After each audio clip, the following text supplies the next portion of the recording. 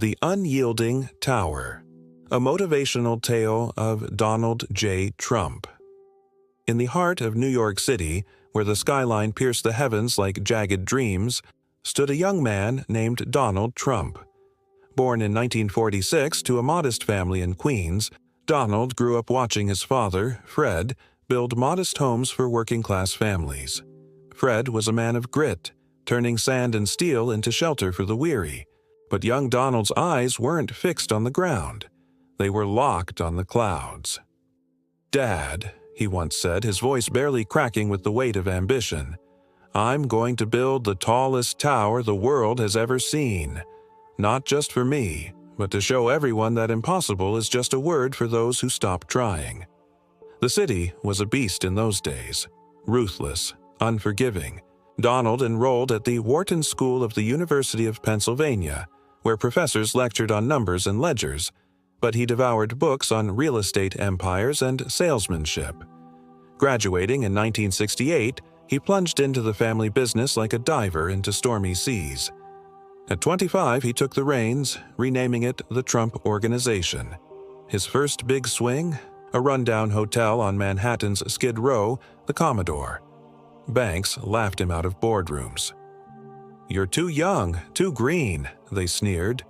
Investors turned their backs, seeing only risk in his brash smile and wild ideas. But Donald didn't flinch. He remembered his father's mantra.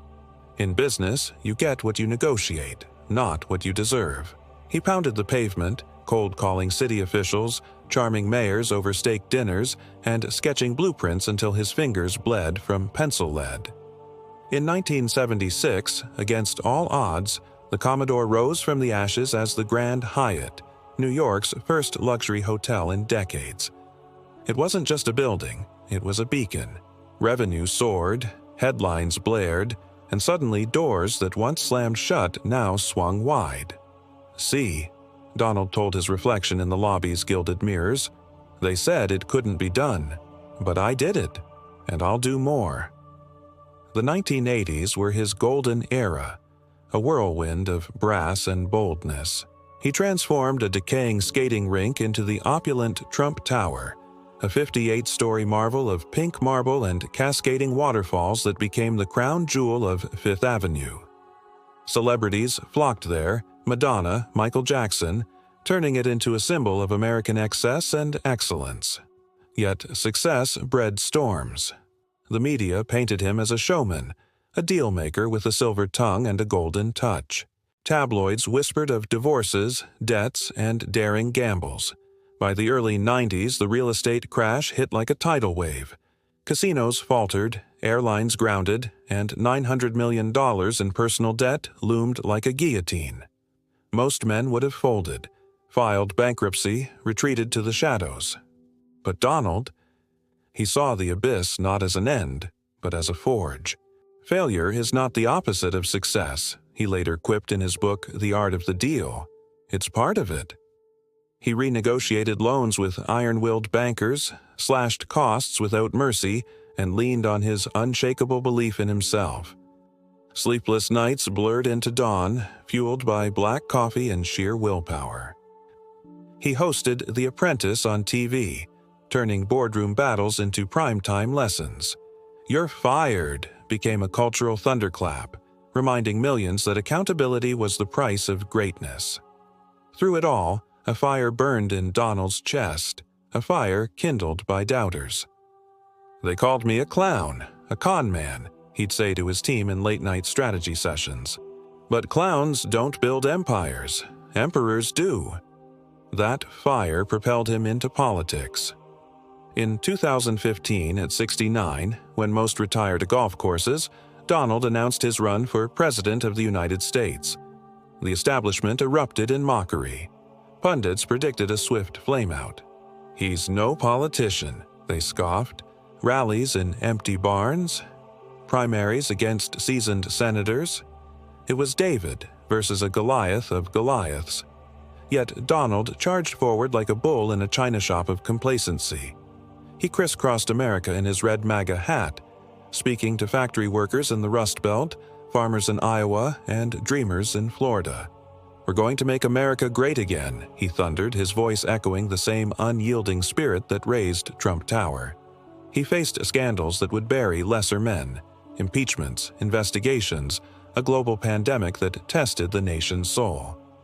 COVID-19 raged in 2020, hospitals overflowed, and critics howled for surrender. But Donald rallied the troops. Operation Warp Speed birthed vaccines in record time, a feat of American ingenuity that saved millions. "We don't quit," he declared from the White House Rose Garden, mask in hand, eyes fierce. "We fight, we win." Election night 2016 was electric chaos. As votes trickled in, polls flipped like autumn leaves. At 2 a.m., with Pennsylvania in his pocket, the networks called it Donald J. Trump, 45th President. Tears streamed down faces in the Javits Center.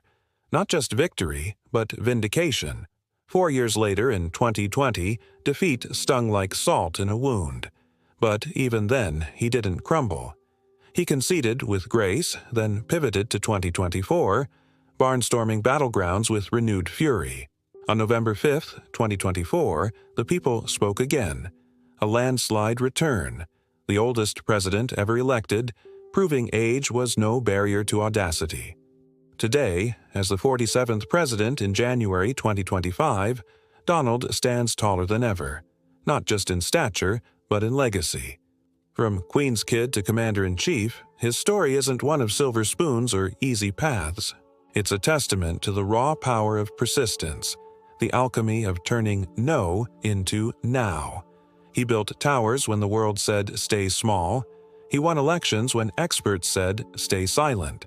And through every setback, bankruptcies, betrayals, ballots, he rose, dustier but unbreakable. So, when life hands you a wrecking ball, remember Donald Trump. Don't curse the chaos. Command it. Negotiate harder.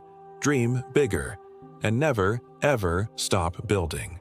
Because in the end, the tallest towers aren't made of steel. They're forged in the fire of an unyielding will. What's your tower? Start laying the bricks today. America and the world is waiting.